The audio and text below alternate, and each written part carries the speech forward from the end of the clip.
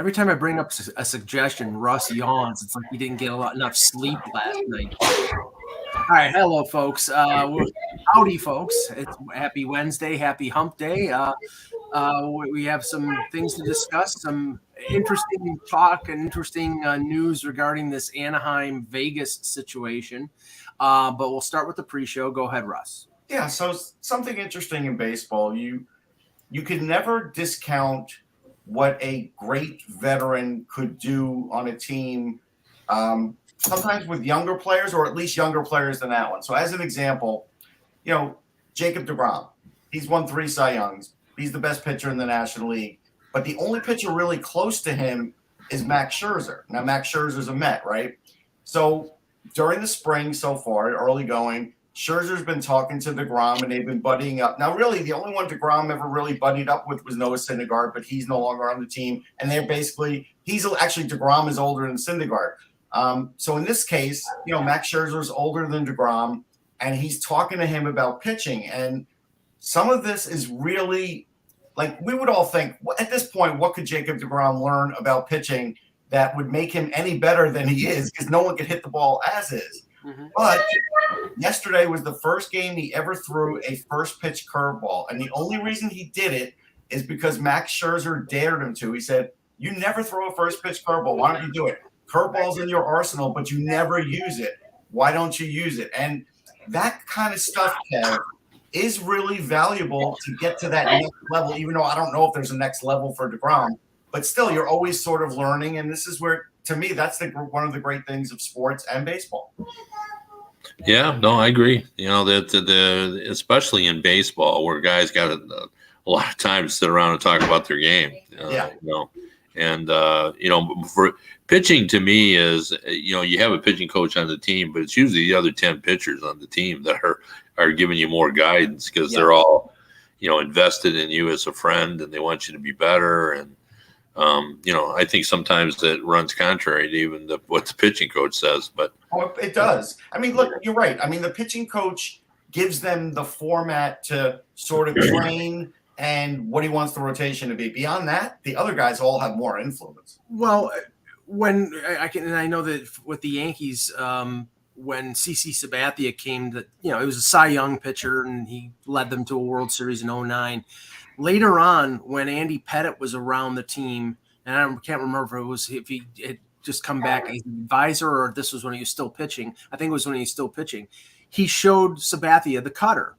Now, Sabathia didn't need the cutter because he had a 97-mile-an-hour fastball. But in the last 3 years of his career, when the fastball dropped down to 90 or 91, what was he using? He was using the cutter every single time. So what he learned from a more veteran pitcher helped him later on in his career. So one thing about baseball, I'm sorry, I can't just ignore it. I can't either. Bringing back the ghost runner in the 10th inning. I advocated for a quick death for Rob Manfred. I'm joking there, but really, honestly, it's an absolute abomination that they're going to continue this crap. Now, at least they're not going to go to seven inning double headers. Well, but that's the thing. This is what aggravated me, Kev.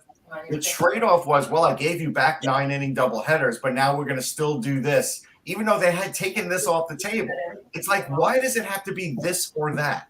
Why couldn't we just go back to nothing? You know what I mean? Like, why does it have to be that? I oppose it, but I'm also okay with them moving ahead, because there just seems to be a lot of people who are behind all that. And, it can't always be about me, so,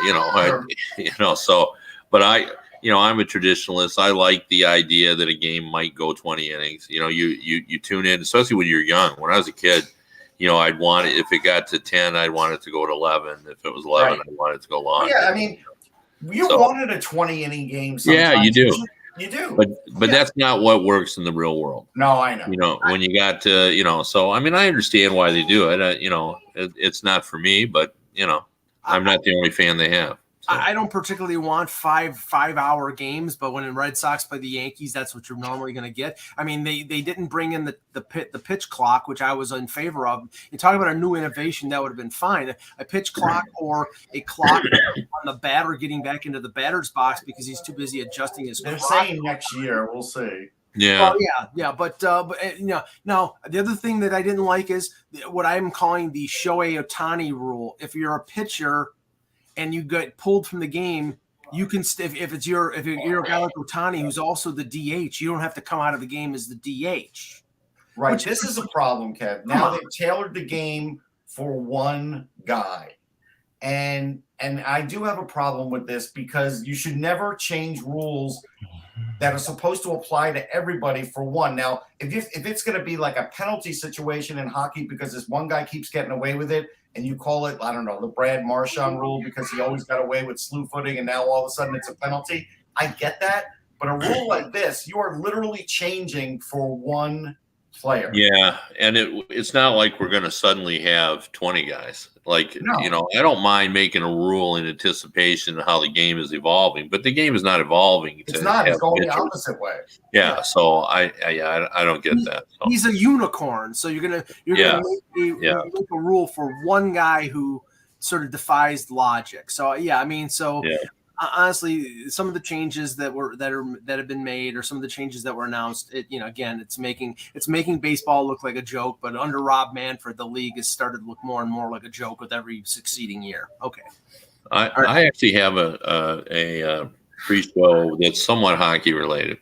When you're a grandfather, I always say, especially to my kids, who grandparents tend to do things that maybe parents don't necessarily like. I know Eck and I have talked about it at length about that's called the grandparents' prerogative. Yeah, grandparents' prerogative. Yeah, and what I always say, there's nothing scarier than a grandfather with a little bit of money. But it takes on a different element as well. When I was a kid, I was a big collector of baseball cards and football cards, but you would think I would have been into hockey because I was a big follower of the Red Wings. But hockey cards were hard to find. They were hard to find in my neighborhood, too. Yeah, it was very, very difficult.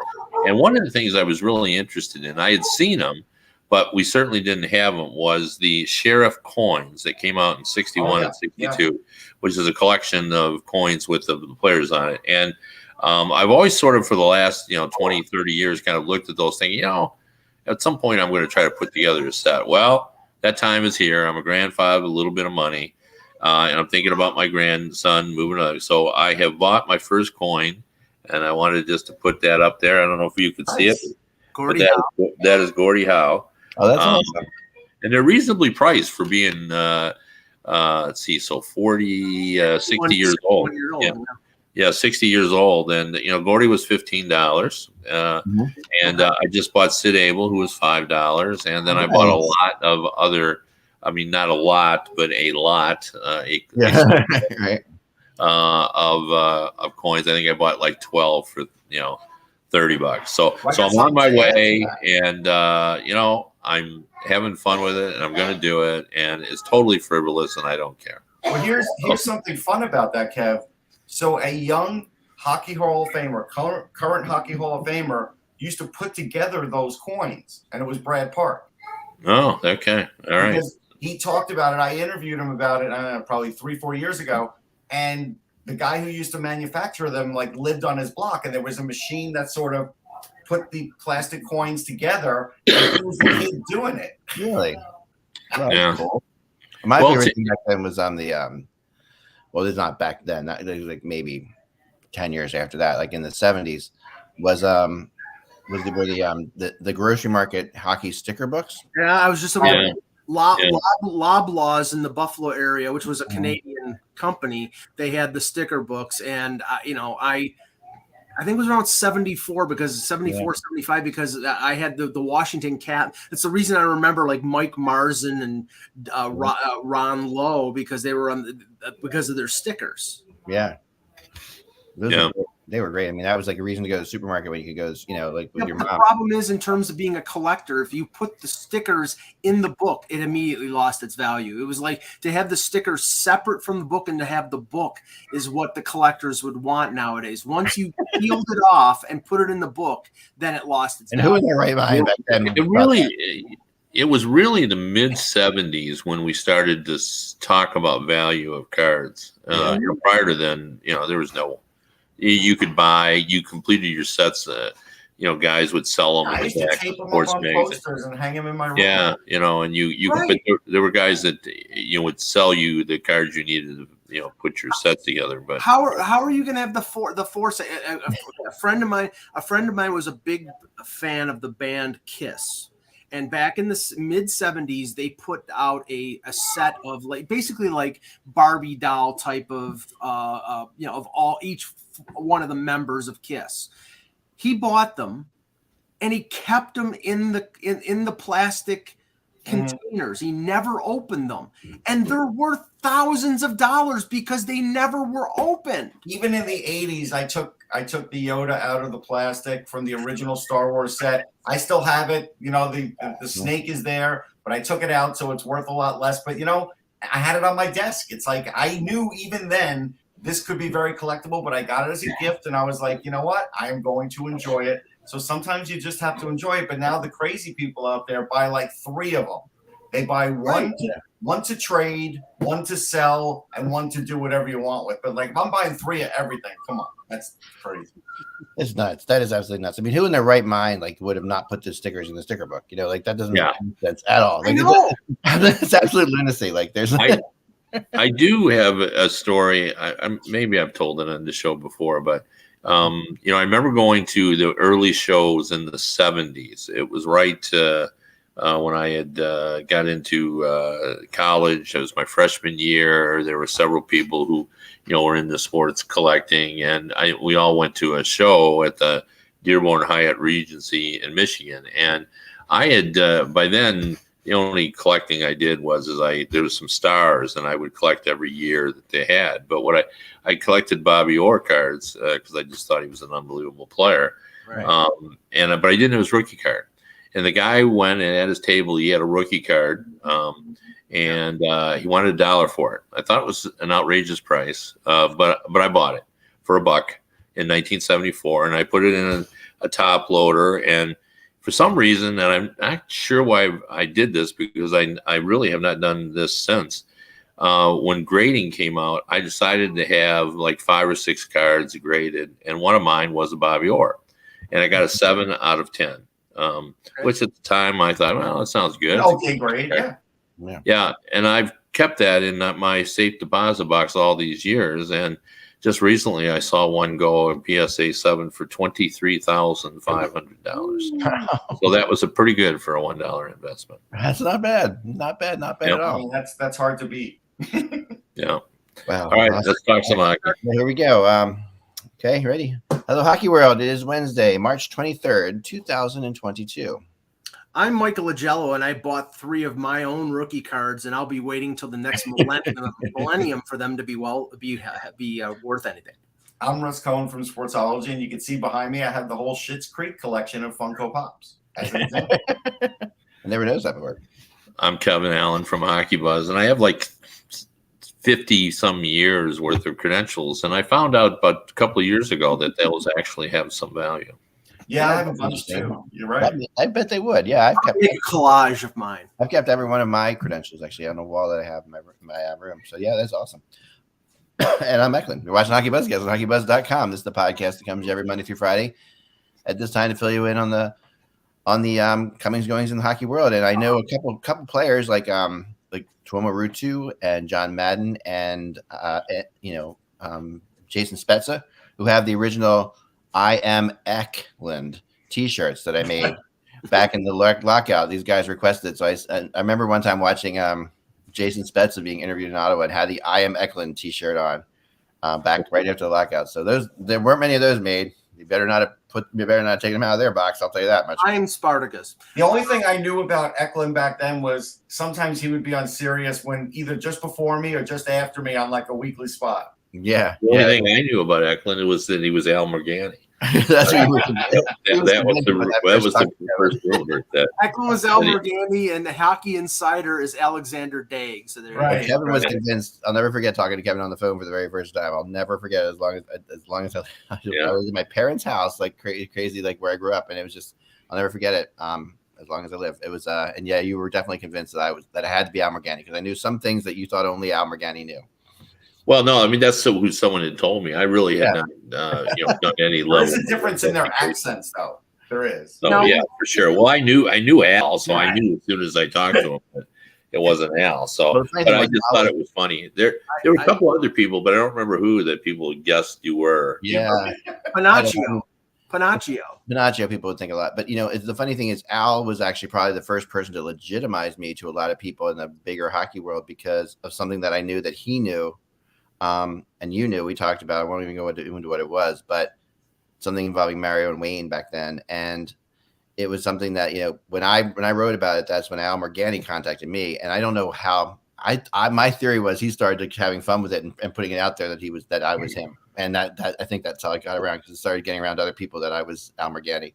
Okay, by the way, go ahead, Kevin. Well, I was just going to say too, what's important to remember about that time period is, the rise of Eklund is, the internet at that point was just starting to rise up and be counted, literally be counted. So we started to know for the first time at newspapers what people read and what they didn't read. Yeah. And in a lot of cases, a lot of newspapers abandoned coverage of the lockout. USA Today was one of them. Yeah. I went out and I ended up covering baseball and the basketball playoffs and everything else because we realized people didn't care. Yeah. As a general rule. Now, they were just mad. They didn't want to deal with it.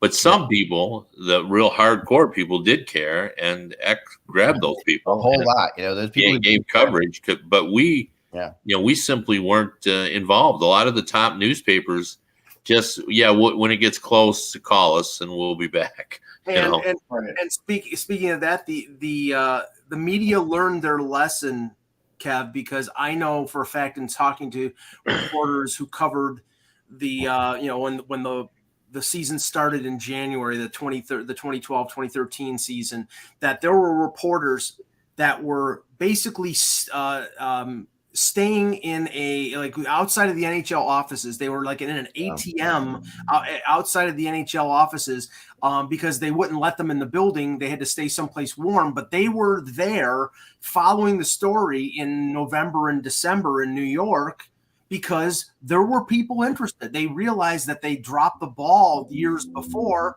that this was something that people were interested in. Well, that's not exactly true.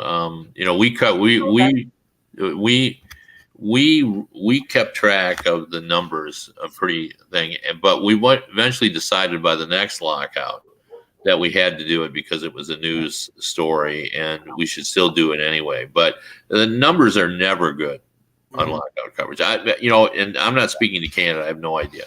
But I can tell you, in the U.S., people don't want to read about it.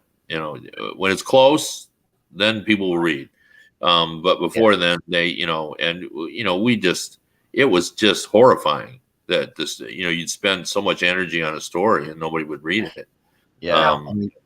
It's interesting because it's a supply demand thing. Like you said, Kevin, there weren't enough to support you guys at the USA Today or other newspapers, but there were plenty to support me.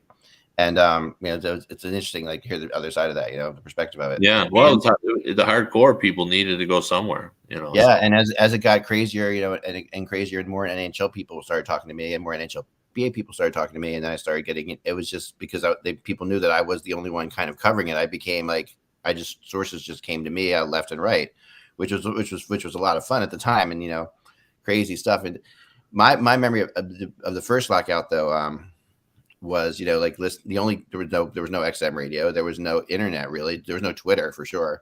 So the concept of finding information that was happening at the time was like Fan 590 in Toronto, like getting on their website and listening to Fan 590 in Toronto, which was one of the few people who were actually covering it. And, Howard Berger, sitting outside of, the NHL offices, calling in with, this is what I heard today, that kind of thing, was the only thing. Was that the 1994 one? Or? Yeah, the first one. Yeah. Yeah, that was that was after 95.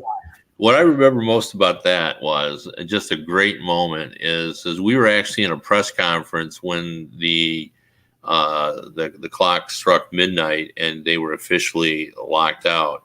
And I remember, I believe it was Gordon Miller. I hope I'm right on this. But anyway, because somebody was talking, but at that moment, Gord stood up and said, It is now 3:00. The lockout has officially began. What is your reaction? And it was a great television moment. At the time. But he had it pegged. He was waiting for that chance, and he hit it right on, like right at the moment, because we were in a live press conference at the time. Before we get into the hockey, we just have to establish something. Late in the show yesterday, there was a misrepresentation of a vote. There was a recount after you left, and Mike and Russ, or Muss as it was called, won 8-6 over Eklund. You may be right in the end in terms of what your conclusion is, but we won. We won the vote. You won the vote. Okay, more people supported you. I agree. I don't know what's wrong with people out there, but time will tell. I mean, I'll sit back now. Voting machines were fixed. I'll sit back now and just be quiet.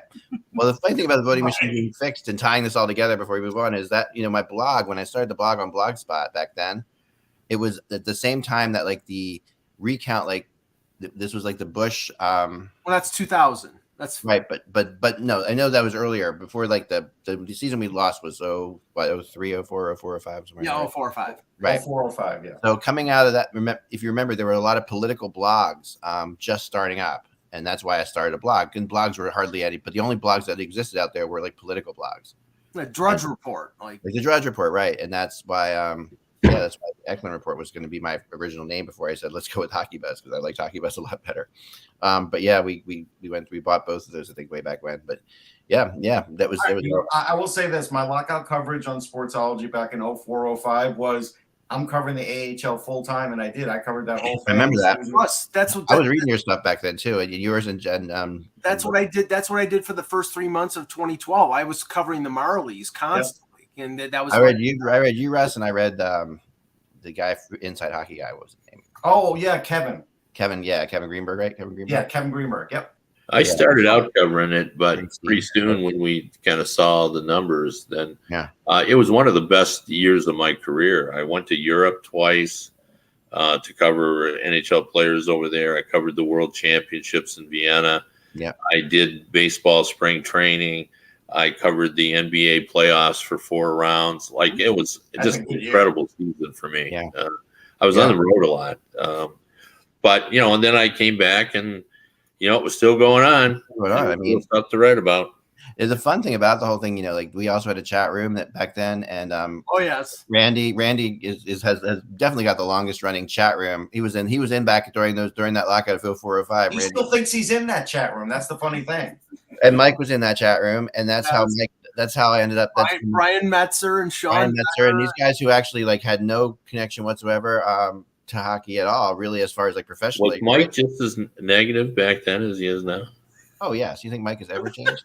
Were you negative as a kid? Yes, I'm as constant as the North Star. Okay. So he asked I remember Mike saying, "Hey, I want to write something about the Maple Leafs," and put him up. He's been writing since the Blogspot days. I posted Mike back then. Well, Eck, all right, I'm gonna tell you something, Eck. You don't even know about this. Mike recently shared with me a time that he called in to you. Mm-hmm. Really? Oh yeah. No, this was the 07 or 08 trade deadline. Okay. I wasn't writing for the show. I wasn't writing every day for the show. Right. for the website. I was doing like occasional things. But right. Berger was the Leaf blogger. Yeah. But I was calling the Buzzcast when you and Julie were hosting it, and it was when Matt Sundin refused to waive his no trade clause. Wow. And I have that on audio. He has that recording. You do not have that on audio. I have it on audio tape. I will share that sometime. It's really funny to listen to. I converted it to digital, so it is there for. I'm going to post all these someday. I'm going to have my own website for my own purposes and post because I have some of my Leaf Talk calls from back then. Wow, that's great stuff. But on this one, you were like, "Well, we should get Mike to write for us." Like you said that on the call, and I said, "I'm available," and there you go. Yeah, no, because he did write for us already at that point. That's why I was saying that, I'm sure. Right. But he didn't write all the time, like you said. Anyway, okay, let's move on to where we were.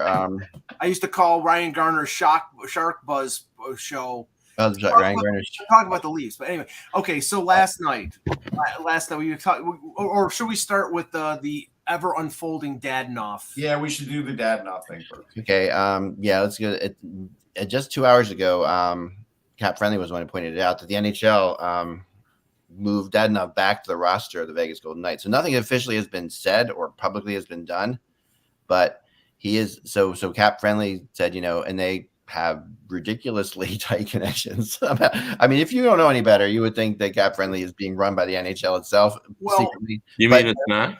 But, No, I'm joking. You know what I'm saying? I'm joking. I have no idea How he gets his information so quickly is just baffling. But he gets it from the agents. I know, but he moved it back, and he put out there, yeah, I'm moving it back because the NHL's moved it back. So although I don't think we've heard any official statements.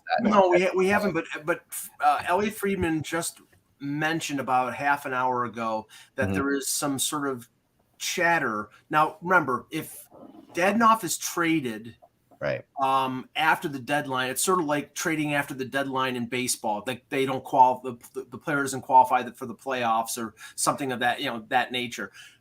There's some talk of like a team like Arizona being in the mix here, where Vegas would trade off Dadonov to Arizona to clear him off of their books, because they absolutely positively move him off of their salary cap to activate players.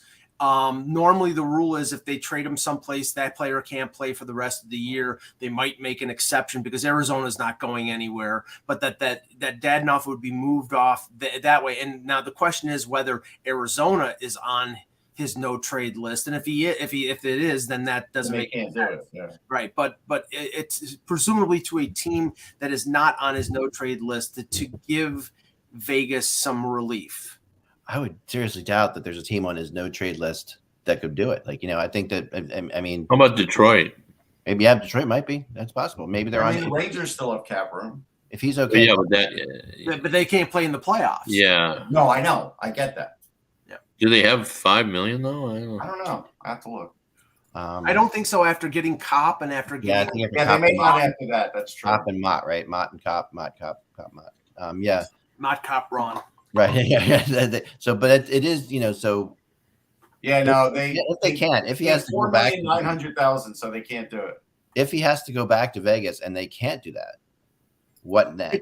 It's a disaster, because now Vegas cannot activate players that could be healthy because they don't have the cap space.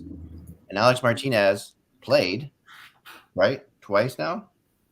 I'll check. He played last night too, right? Like, I mean, not that if they won those games. That was they were operating under the presumption. I know, like X, right? Though, if they won those games, the other team could legitimately protest. Yeah, he was an illegal player. Yeah. I mean, they lost and they didn't even score a goal, so it doesn't matter. But at the end of the day, no, Martinez did not play yesterday. Didn't play yesterday. You have to look at this, Kev. We talked about this. My feeling was, even if you're 100% sure of something with contracts, you got to check on these guys before you trade them. I mean, it's just, X said he knows a GM that checks every time, no matter what, just sort of as a rule. The same way, like when we're writing something, we know guys' names, and every once in a while, I still double check things because absolutely, in case I might make a mistake. I mean, this could be a massive mistake, and to the point where, this could be a job losing mistake. Well, I agree. Like I've done some checking subsequent to saying to his guy, and that's what this person told me as well, that they have someone who, you get the contract. He said, I look it over and then I hand it to, our legal guy, and he looks it over. So Alec Martinez has not played in the game since November 11th. So didn't he play 2 nights ago? Did I dream that? That's really weird. Okay, I just checked. Maybe they had him in the lineup back and they didn't use him. No, I swear. Maybe it was just I was exhausted after 12 hours of doing a podcast, I guess. But I watching him. I could have sworn I saw Martinez skating out there. So you've been hate watching the Vegas Golden. No. I watched. You can admit it. It's okay. The Minnesota Wild. And by by that's the type of spiteful guy you are. I know that I'm so spiteful. I'm evil as you. No, they played a defenseman who I've never heard of named Miramonov. Yeah, Miramonov. I do know the name. Miramonov sounds like such a compilation of so many defensemen. It's not Mirazov. It's not Miranov. It's not. Mazarov, Makarov. It's like it's how many different? It's Miranov. Well, just to add to their woes, like Jack Eichel's playing and he can't take faceoffs because his hand is broken. Because his hand is bad. Yeah. I tell you, like I said the other day, they looked like an expansion team again last night. And for the first time ever watching Vegas Golden Knights, they looked like I mean, Russ, this was their defense yesterday. Okay, Pietrangelo, Theodore, there's your top two guys. Ben Hutton is their third best defenseman. Yeah. Miramonov, Dylan Coughlin, and Zach Hayes. So is Nicholas Hague hurt too? He must be. He is hurt. Either that or he's down in the minors, or they can't recall him because can't of salary. Yeah, they can't act him. Yeah, what a mess. And so what happens now if they go back there? I don't think it's fair to do this to Dadonov. I think Dadonov honestly shouldn't even be given the option. Like we talked about this yesterday, Kevin. We got cut off, but we were talking about this at that point, And I said, I don't think or did I talk to maybe it was Laidlaw? I said I don't think it's fair to even give him the option. I think he should automatically go back to the other team. Don't go to him and say, "You've been traded. Are you okay with this now?" Well, that's part of the clause, Ack, is to give them the option. No, but no, the clause is to give them the option beforehand. Not once you've been traded. Now you're embarrassed. You've been actually. Right, but there was a misunderstanding here in terms of that no trade clause. What I said yesterday, Kev, is I wouldn't doubt that because I think Ack was saying, well, maybe there would be some money slipped under the table, and I'm like, you can't do that. That's illegal. That's cap circumvention. What you can do if you're the general manager of the Vegas Golden Knights is go to Dadonov's agent and says, clearly, since we've tried to trade him, we don't want him anymore. You may as well waive the no trade clause to go to Anaheim because they do want you. We don't want. You hear what you're saying? I know. Can you imagine the player agent and the NHLPA being okay with any of that sentence? They're desperate. Yeah, no, but Mike's making sense, and it's what I said the other day. Maybe he would just prefer to go there because he would feel better just based on what has transpired. So like he should have the option. If he wanted to do that, they've made the trade and, he should be given a chance to say whether he does or doesn't want to go, which set that precedent though, Kevin. But that's the spirit of the whole clause to begin with is to give him a choice. So he was never given that choice. The transaction was made, it's not like it's going to start happening every week. Right. So you should say to him, "Hey, what do you want to do? If you want to go back, that's your prerogative." So, but I think that if I'm the NHLPA or I'm the agent, I would be fighting so hard against that for so many. But I don't understand why. Like it's his choice. Why? Because he did not say he would go there. He was traded there anyway, completely illegally, and now you're saying, "Hey, we traded illegally, but you want to go anyway." And it puts him in a spot where if he says yes, if he says no, then he comes back to Vegas and the Vegas Golden Knight fans are like, all pissed off at him because he said no. If he says yes, he goes to a team that doesn't. You don't think they're already going to be mad at him? They're going to be mad. But they shouldn't be. I mean, they shouldn't be a lot of things, but right. No, if the NHL handled this right and handled it correctly and said, listen, here's the bottom line. It was illegal. He's a member of the Golden Knights. The trade was the team's fault, not his at all. This is the way it goes. That's it. There's enough blame to go around here, Eck, in terms of, from what we understand about how this trade was approved in the first place, that the NHL thought that the no trade was not in effect either. So has Vegas even released a statement about this? No. But like I said, also the NHL I talked to somebody at the NHL and I said, did you guys check this over? And he says, no, we have this agreement with the teams. It's their responsibility to make sure they know what's going on with that because we have all these trades. I believe that's right. And if they make a mistake, then they have to be punished because they've taken advantage of a situation where the NHL approved it. Well, you're saying that they did it on purpose. The Vegas is saying they didn't do it on purpose. Well, it doesn't matter either way. Right. On purpose. It's a precedent that's being set. It's a precedent that's being set moving forward, and you can't do that to a player. You can't put a player under that kind of pressure. Yeah, but I don't think you are putting the pressure. You're giving him an option. I mean, a mistake was made. Right. And now you're saying to the player, mistake was made that you had nothing to do with. So this is up to you. And, you can't say, well, he's not going to feel some hate if he goes back to the team if you don't give him that option. Yeah, he's going to feel hate because that's the way the internet social media works. But if you don't give that option, I think the hate's not there. The hate's all on the team. No, the hate will still be there. Well, the hate's not on him. It's all on the team. It will be on him. It's always. If you want to give him that option and not make it public, maybe.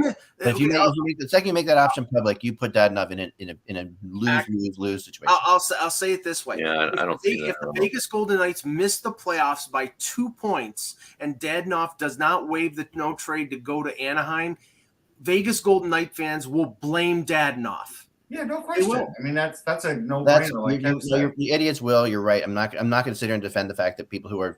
But at the end of the day, they have to blame their team for not doing it right. For sure, but that's not the way the reality is. Right. And you can't. You also can't base a legal precedent on the reactions of the public. No, well, you're making it seem like this. It happens all the time, and it doesn't. This is special circumstances, and I think your ruling should be tempered with compassion. The compassion being that the player ought to be given the opportunity to do what he wants to do in this situation, because that's the spirit of what the clause is intended. Yeah, I think though, from the league perspective, I think they need to take away like a 3rd round draft pick. They got to do something, Kevin. They need to do something like that, because you can't sit there and if they are allowed to make this trade, they were allowed to make a trade without the player with a no trade clause saying it was okay. Then that's just, you can't do that. Yeah, I mean, honestly, what if it went all the way to the Stanley Cup and then someone had this on their desk and they found out and they were like, oh, wow. Yeah. Like, this should never have been allowed to happen. Yeah, we don't know what he would have said had they come to him and said, right. Yeah, he could have said, oh, yeah, that's fine. It's best to get out of here. I like the weather. I think, Kevin, if he would have said it, that's fine. Maybe they would have quietly moved him along and said, okay, this was a No, but I'm saying, what if they had done this by the book? Yeah. They knew about it, and they had gone to him and said, he isn't on your original list, but would you change that and allow this to go through? Maybe he would have. And you're acting like this doesn't happen all the time. If you remember that Ryan O'Reilly Buffalo St. Louis deal, Patrick Berglund, his agent, didn't file the no trade list, and I think hours after they failed to file it, he gets traded to Buffalo, where he doesn't think he thinks he's protected, and he ends up going to Buffalo. And obviously, you know what happened to him after the fact. Teams do this. Teams know. Now the thing is, if they don't do this all the time, that was a mistake. This was a mistake. These are this doesn't happen a lot. I mean, it doesn't. It doesn't happen a lot. That's why you just said it's a mistake. That's why the player ought to be given the option. Right. I'm not saying giving him the option puts the pressure on the wrong person. It puts the pressure but it doesn't really. The pressure is going to be there no matter what. Yeah, I mean, he is a hockey player. People don't use logic to determine whether or not to dislike someone in these situations. I know, but the way it's set up, Kevin, is it's clearly set up to try to protect the player as best as you can it always comes out, he doesn't want to play for Canada, he doesn't want to play in Canada, he doesn't want to play for this, and all that stuff ends up being lousy anyway for the player. Look, all I have to do is look at Mike, and Mike never blamed Matt Sundin for not being traded. Oh wait, he did. It's like but that's what the call was about back then, right? But But yeah, I just don't. I think you are punishing the wrong person here. You're not punishing anyone. You're giving him the option. He has an option. He doesn't have to go. That option, it puts him as public enemy number one. I don't see how you can say that when he's already public enemy number one. If the trade doesn't go through, because they know Vegas wanted to get rid of him and they couldn't because of something he said before that, I'm not going to the Ducks. And you're saying they're going to blame the team. Well, yeah, they will blame the team, but they'll also blame him because that's the way social media works. But actually, in this situation, you particularly wouldn't blame him because he wasn't even asked about a list in the first place. Like this is purely the fault. But everybody knows about it now. Like that, you can't ring the bell. No. He didn't even get a chance to say no, which is really the best thing to do, to not give him a chance to say yes or no. Well, let's put it this way. This is my final take on this. Yeah. If we brought him in and said, "Do you think you deserve the right to say what you want to do here?" I think he'd say yes. Yeah. I don't even think he would hesitate. I don't think in a million years he would let him have that chance. because of what it does to the play. We'll just have to agree to disagree, which is fine. We'll see how it plays out. At the end of the day. But yeah, now, I think you cannot do it. It's like you're firing somebody and then saying, "Oops, sorry, we didn't fire you," but you're okay with being fired, right? But it isn't anything like that. There's no if A then B there. Like there's just no resemblance. It is, but I'm not describing it well. Let's transition to something that especially myself I took immense pleasure in, and that was the collapse of the Edmonton Oilers yesterday against Dallas. Aren't we going to talk about a division here? Okay. Well, that's right, because there's no two ways about it. That was a horrible, devastating, but they're still in the playoffs, but still devastating defeat last night, and huge. And for the Dallas Stars, the exact opposite, like a mind-bogglingly huge win to come down 3-1 and come back and win in regulation against that team you're chasing. Like that's enormous. That there's no two ways about it. Just like I was happy Gorianov, was in on the big goal. That was a great play. Yeah, no, it was really good. But I do want to talk about the other division that we're going. Yeah, let's talk about the Atlantic Division going team by team here. So, just focused on what these teams did at the deadline and whether you liked it or didn't like it. Start with the Bruins. They add a depth defenseman in Josh Brown. But the big move was the Hampus Lindholm move. And Kev, they gave up a ton, but at least they gave up a ton and they got him signed long-term at $6.5 million. So, if the Bruins aim was to bolster their blue line, they did that. I still am questioning, where I thought that they really needed to address was up the middle, and they didn't address that, but maybe they just couldn't do that. Maybe there wasn't anybody there in this market that would have helped it. Well, I think you just answered your own question right there, because I think that is true. I don't think there were centers available. But I think when you look at the Bruins situation, you have to understand the context.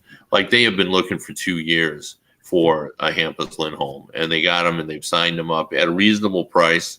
Maybe people think that's exactly where he should be. But, I thought it was a reasonable. He could have, when you're free, you can ask for whatever you want. Yeah. So, but the left-right works for him and Charlie McAvoy, and they feel really good about that. And I know from following the Boston writers, there's rarely do you see fans be universally like this deal, but it sure seemed like everybody loved this deal.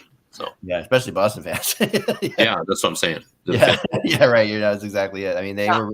I was watching on Twitter. I think the Bruins, they still have some. Even though these guys are getting older, they're still really good up front. Yeah.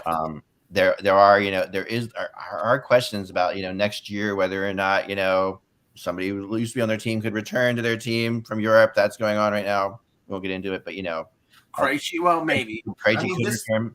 Possibly, I've heard that, but I think that at the end of the day, when you have a defense that's with McAvoy and Lindholm as your top pairing, you are going to be a good team no matter what. You're going to be able to battle in certain situations. That's solid. Those are two really good players. This was a good trade. The fact that Don Sweeney didn't give up his 2 best prospects and decided I'd rather give up picks than prospects we've already started to develop and maybe closer to the NHL than somebody I could get this year was smart. And so I think they did the right thing. They did what they needed to do. Yeah. Now, okay.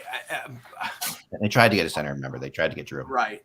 Far be it from me to be critical of the Buffalo Sabres, and I'm going to sort of fly in the face of some of the beat reporters who covered the team, especially Mike Harrington, who I respect and like a lot, but he was sort of snapping back at some Sabre fans for the criticism that they didn't move anybody other than Robert Hogg. They had a number of unrestricted free agents, Cody Eakin, Craig Anderson, Colin Miller, not guys that were going to bring back multiple first round picks, but guys that you get prospects or depth draft picks back. And Harrington was saying, well, the tank is over, the rebuild is over. You're trying to develop culture. I'm sorry. Like I'm in the same town as that team. Colin Miller, who hasn't been part of this team for a few months, Craig Anderson had said he was willing to go someplace else. Some of these marginal players, they're not the culture guys. I did research into Craig Anderson, and he was willing to go someplace else, but it wasn't any place else.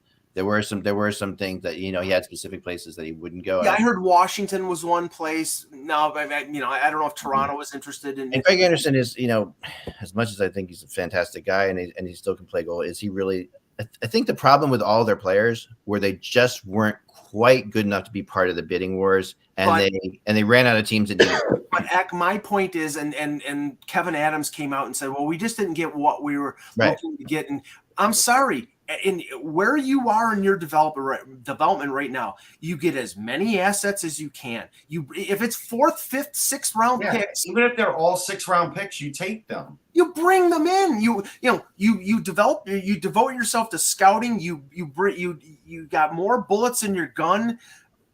I'm sorry. I don't see the argument here of, we're going to keep Colin Miller and Craig Anderson and Cody Eakin around because of team camaraderie and chemistry when they're not going to be back next year. And Eck, I'll tell you why you take them, because I saw you weren't truly happy with that statement, and I get it. But I'll tell you why.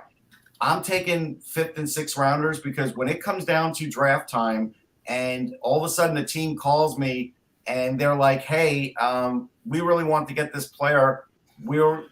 You might be able to package your picks to make a deal with somebody with one of your other picks and your 2 lower level picks because they really want somebody. And now you can make a big draft day impact by just moving down and doing something else and including these other picks. That's why you get it. Here's my take on this. I agree with Mike and Russ, but when I heard Kevin Adams say what he said, my thought was nobody wanted their guys. Yeah. He's being a nice guy and saying, I didn't move him. Yesterday was a day for contenders. It was an arms race. Yeah. Not only did every team get someone, everybody got somebody that you can count on, that you can depend on. There were very few depth moves made. That's true. The guys went and plugged holes. The Red Wings had 8 potential unrestricted free agents and moved 3 of them. Do you think they wanted just to move 3? Right. No. No. Yeah, but what Steve Yzerman said at the end of the day is, well, we had guys injured. Danny DeKeyser was one of those guys he mentioned. Do you think anybody wanted Danny McKeyser? At $5 million? That was my take on that Buffalo just really didn't have offers, and the people just weren't interested, and so he just put the umbrella over everybody and said, we just didn't like the offers we got, when in effect you don't want to come out and say nobody wanted our guys. I agree, and I think even if you do the future, just move them for future considerations, which we've seen done in the past, which is like that's when you have nothing. If a guy's been a good soldier for you, you do. Yeah, and you hear it all the time. The line that a lot of people like to use is, we had some calls. Yeah, we had some calls. But I think you're dead on. And Colin Miller has been a pretty good soldier for the Buffalo Sabres. And I think at the end of the day, he's got a family, he's got kids. You're getting future considerations and to trade him to someplace.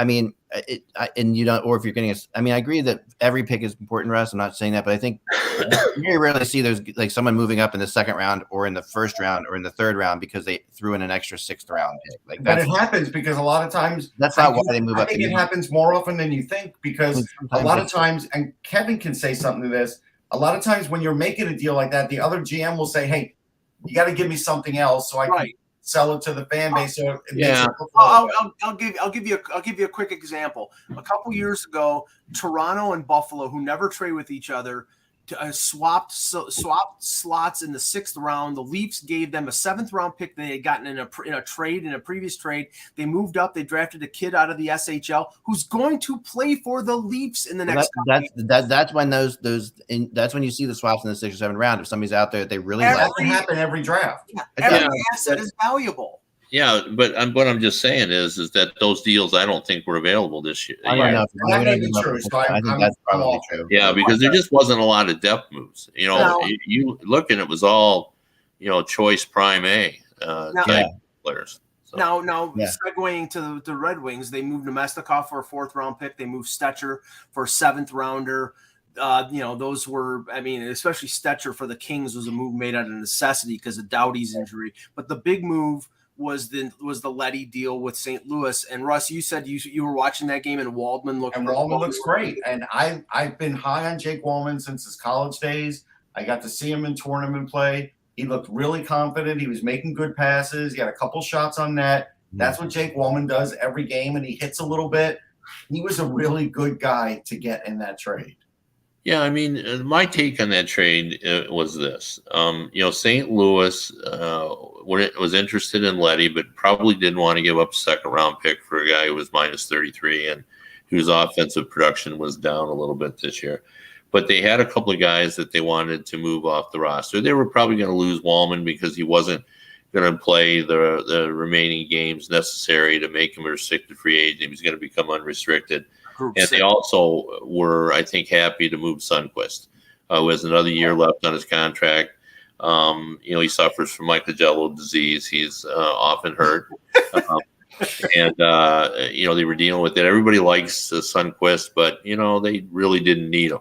So Yzerman said, I'll take both of those guys, but you'll give me a second-round pick. And that's what happened. The Red Wings view Wallman.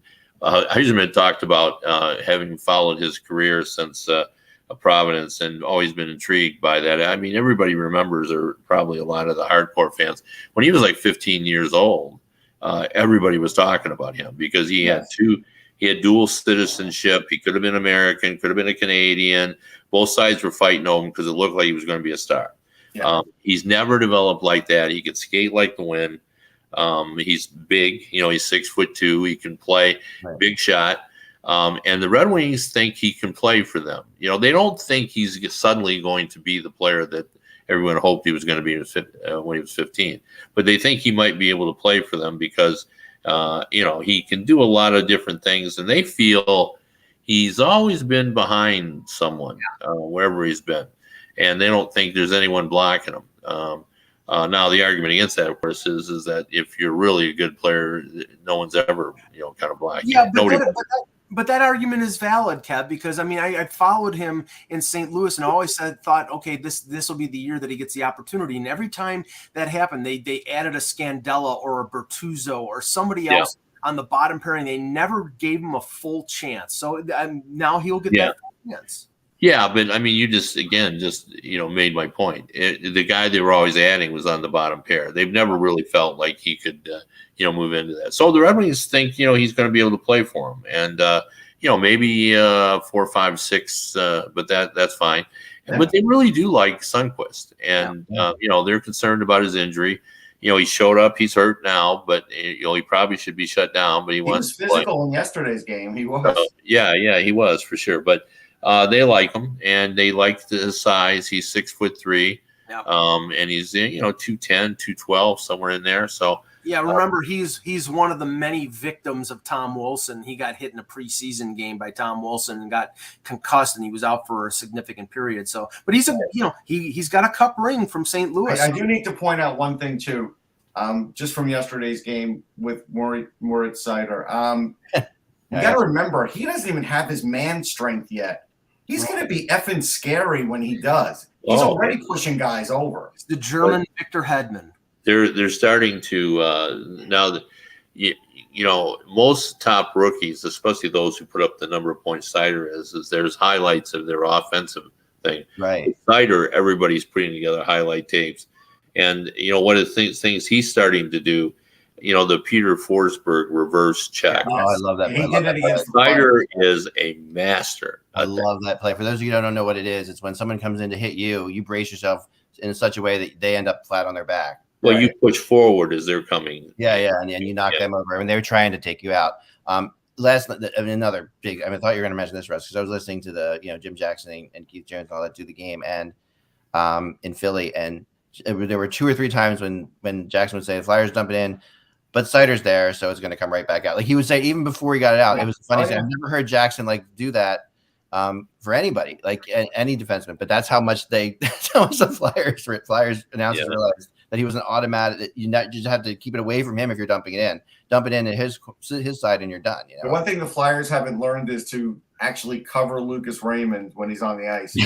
Now, 2 games in a row now where he could just wind up and shoot. If you let Lucas Raymond wind up, you will lose every time. You felt really hard last night in that game. We did.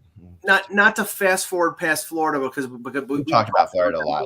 The only thing I would have to say is they added Hogg and they added Sherratt, and they needed to because Ekblad apparently is going to be out the rest of the regular season. And again, this is a situation where he's your best defenseman and he gets hurt late in the year.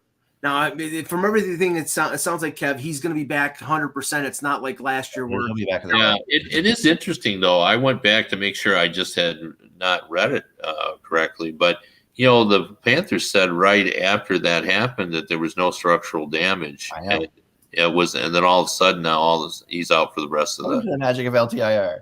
Yeah. I'm not accusing anybody of anything, but that's what it is. It's a tool. But the other thing that we talked about, you and I, definitely is a tool. You and I talked about something that we were right about was Claude Giroux in one of his quotes said that he's happy to blend in, and that's what we talked about when he went there. And so now he's got the next 18 games to blend in, which is smart. That is Claude's way of doing things, and his interview was you got to really check it out. His press conference was really good. He's not a good speaker. He's not. No. He's never funny, been good. But he's not a great speaker. Funny. He's not a good interview. He's quick, and he says he does tend to throw out a lot of of your typical stuff, got to play for the now or whatever. But he was, he says I'm happy as a schoolgirl or whatever to be playing with Barkov. He's like, I feel like I'm going to class for the first day. I'm just excited. The power play, they were working on a 5-forward power play in practice all week with Giroux. Well, you can with Giroux because he is so good defensively. With Giroux, Barkov, Huberdeau, Reinhart, Huberdeau, and you know who it is. Mike, you think of his name? D. Good Lord. Anyway. Duclair, sorry. Duclair, okay. So that's what they're working on. And with Ekblad out, it makes sense. Yeah, it makes sense. And Giroux's played the power play on the point for the Flyers to it, and so is Duclair for the Panthers. So the whole thing is it's gonna be fun to watch. They play tomorrow night. They're on a 3-game road trip in Canada, in Eastern Canada. So they play before they return home. Actually, so Giroux plays 3 games on the road before he gets to come home. Now Montreal, they made the Sherratt deal, and I think all of us think that they really got a great return on that one. They get a 2nd-round pick in Justin Barron for Terry Lehkonen, which I think that's a steal right there. That's a steal. And then they trade Kulak to Edmonton, which again I think they got a steal because I don't think Kulak is much. He's a bottom pairing guy, but Kev, they didn't accomplish the stuff that everybody thought that they were like Petrie or some of these long-term contracts. Those are moves that are going to happen in the summer. I don't think there was and I think they're going to have a hard time on those. They may. I do. I think those are going to be. They'll be able certainly to trade the Shea Weber's contract, but the rest of that stuff is going to be hard. Yeah, it is. And I talk to people. There's absolutely no market for Petrie right now. And this probably was the Colin Miller type of situation. It's like I do think that moving Lehkonen though. Lehkonen's a good player. He's not like and I think that the fact that they had to move him was not the best thing because he could have been easily part of this rebuild. It's not like he's. They got a good return for him, but they got a great return for him, Mac. They got a great return for him, but he's also a good player. So I'm not sure. I think time will tell. Who's to say that he doesn't re-sign in Montreal? That's what I'm saying. He's an expiring contract. He might. That's very true. All right. Ottawa. We'll start with Ottawa, and then we'll end with Toronto here. Okay. So Ottawa brings in Hamonic, exchanges the expiring Nick Paul contract for Matthew Joseph, trades Josh Brown as a rental for Senyshyn and a draft pick, and moves out Zach Sanford for a draft pick. So lucky day for Matthew Joseph. Did anybody else think that when that happened? I'm like, oh my gosh, Matthew. He's got a cup. He's got 2 cup rings, Zach. But what a day. Somebody in the chat indicated this, and this is what came out of Tampa. More than likely, they were not going to qualify him. He was an RFA with arbitration rights. They weren't going to qualify him, so he was going to be a UFA. So in that instance, they're trading a rental for a rental. So, and Nick Paul is a bigger player and something that I think we know that Tampa could use on their third line. So that was a smart deal. We can sort of fold Tampa and Ottawa in the same thing. We thought that Breezeball wasn't going to do anything, and what did he do? He added Nick Paul and he added Brandon Hagel. Yeah. Look, Tampa did great. Ottawa, I'm really starting to worry about. They had Colin White on the block, and they couldn't get anything for him, probably because of his. It's not because of his talent, but his injuries. But he's only 25. I mean, they're in danger of being the Jacksonville Jaguars. They really are. They still don't have a goalie. I know they like Gustafson, but he's still going to be probably a year away. They're going with Murray now, who's really not a good goalie. They have a few good pieces, but now Shabbat all of a sudden gets hurt, and you kind of wonder now, some of their early great talent, are they going to start aging by the time all these other picks start to get good? Like, there is no gel period for this team. They have never gelled. Well, ever. Russ, Matt Murray, there may be some question about him in terms of his health because, he's out now, and they re-signed Anton Forsberg for 3 years. So all right. So as an example, if it's Gustafson and Forsberg going into next year, they're not making the playoffs. Right. Yeah. Let's move on to Toronto because we really have 5 minutes to go here. Okay. We're gonna boogie out. So Toronto makes. I'll start because. Go ahead. Just because actually, like Kevin. Kevin, you start with Toronto. What are your thoughts? About Toronto? Well, I mean, Giordano is a good fit for a veteran defenseman, and I think I never expected them to get a goalie. I just didn't think the market was there, and we'll have to. I didn't think they were going to do a lot. Yeah. And they got Giordano, so I think that's. But they did something big. I think that's what and Leaf fans especially like. Leaf fans definitely want a name like Giordano to come in. That is definitely I find is an exciting thing. Well, the interesting thing here is, and I want to get Kevin's feedback on this because, Dubas came out before the deadline and said, "I'm not trading a first-round pick. I'm not trading any of our top prospects." So he traded 2 2s and a 3 to get Giordano, who is not, as we said, he's not the Giordano of 3 years ago, but he's still good. He's still an upgrade on their blue line. And they got Colin Blackwell, who's a good depth forward.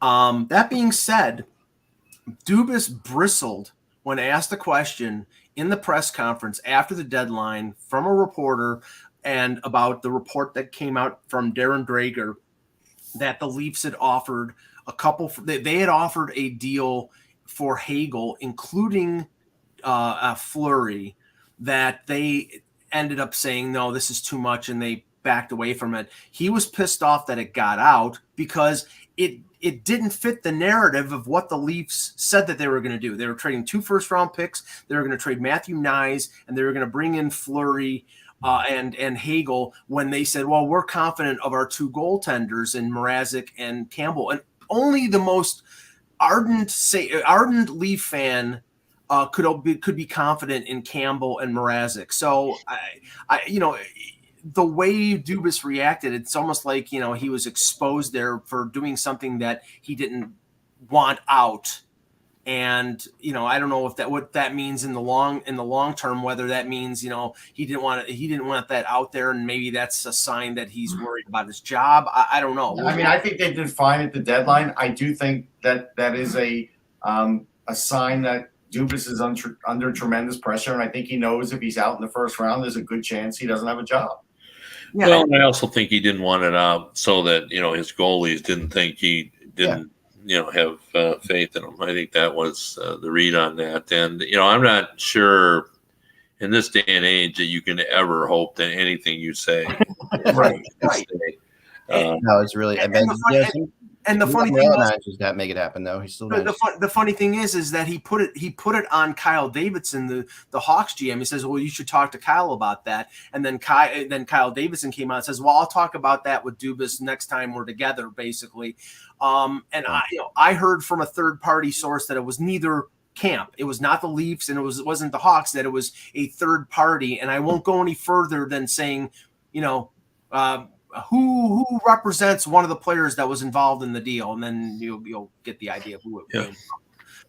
So I mean, I think they did well, but again, you're up against Tampa and Florida in that division, and short of getting Fleury or short of getting a goaltender that upgrades your goaltending, I don't know if they can beat them.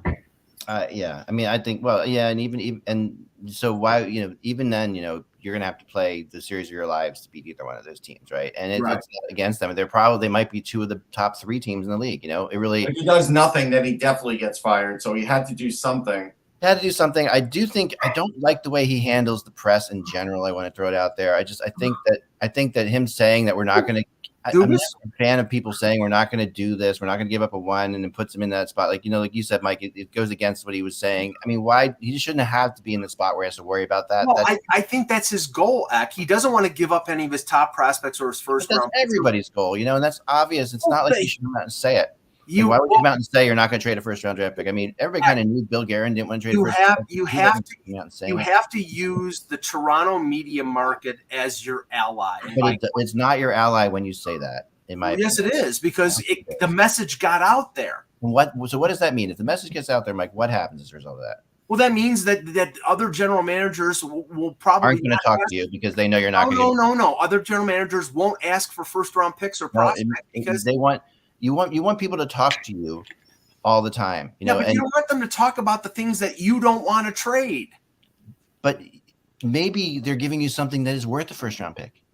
Everything is tradable. He doesn't. It's just my opinion. He doesn't care what they want. He cares about what he wants to give up. And in the end, that doesn't work with other GMs. That's why he's having trouble now with some.